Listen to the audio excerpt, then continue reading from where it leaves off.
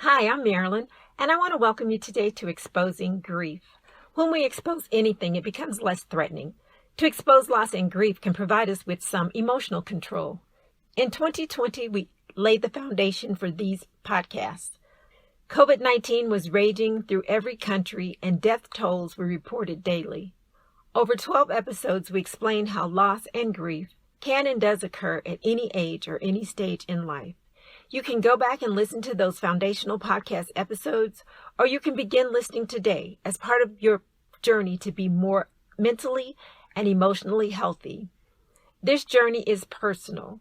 You cannot force or coerce anyone to be more healthy, whether physically or mentally. The person has to be willing to do all the hard work in order to be successful.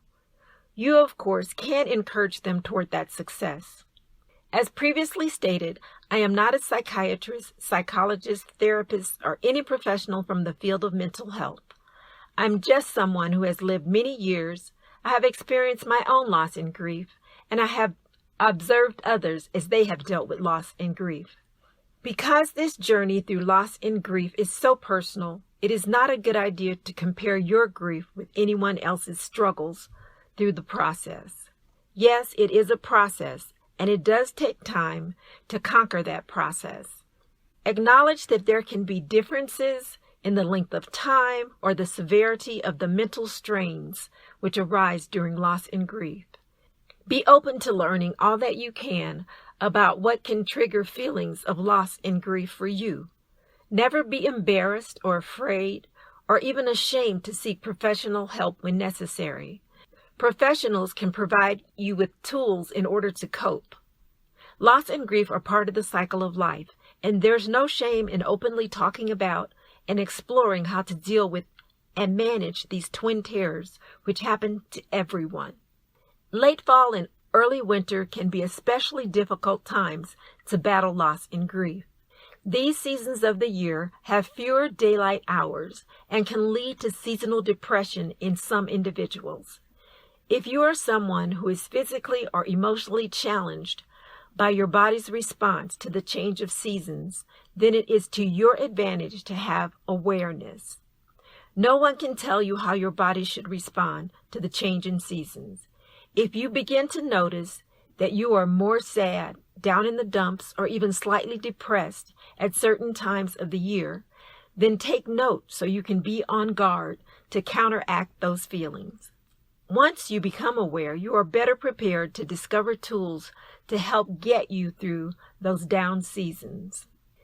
If loss or grief occurs in your life during one of these down moods, then that may compound the extent and severity of any emotions associated with your loss and grief. Don't get down on yourself for being someone who has emotional hang-ups. Most of us have them, but have not acknowledged or dealt with our mental and emotional stuff. Of course, some of us just blame others for our own struggles with everything.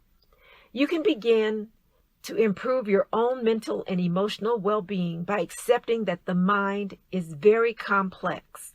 And scientifically, we have only just begun to truly understand those complexities.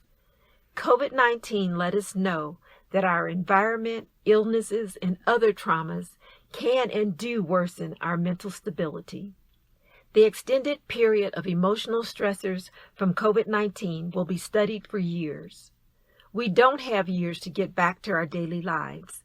We can work with what we know about ourselves and our observation of others. So it is important to let others know when we need to talk, to cry, or get other types of relief so we can become as emotionally and mentally healthy as possible. Be a listening ear or a shoulder to cry on for someone you care about. Fall and winter season and the holidays can be overwhelming, but knowing you can lean on someone is always a huge help to get yourself through to the other side and make any necessary mental and emotional adjustments along the way without few or any emotionally adverse effects. These conversations about loss, grief, and emotional well-being are necessary and perhaps well overdue. Be a part of these important conversations. I want to thank you so much for joining me today. I hope to visit with you next time on Exposing grief.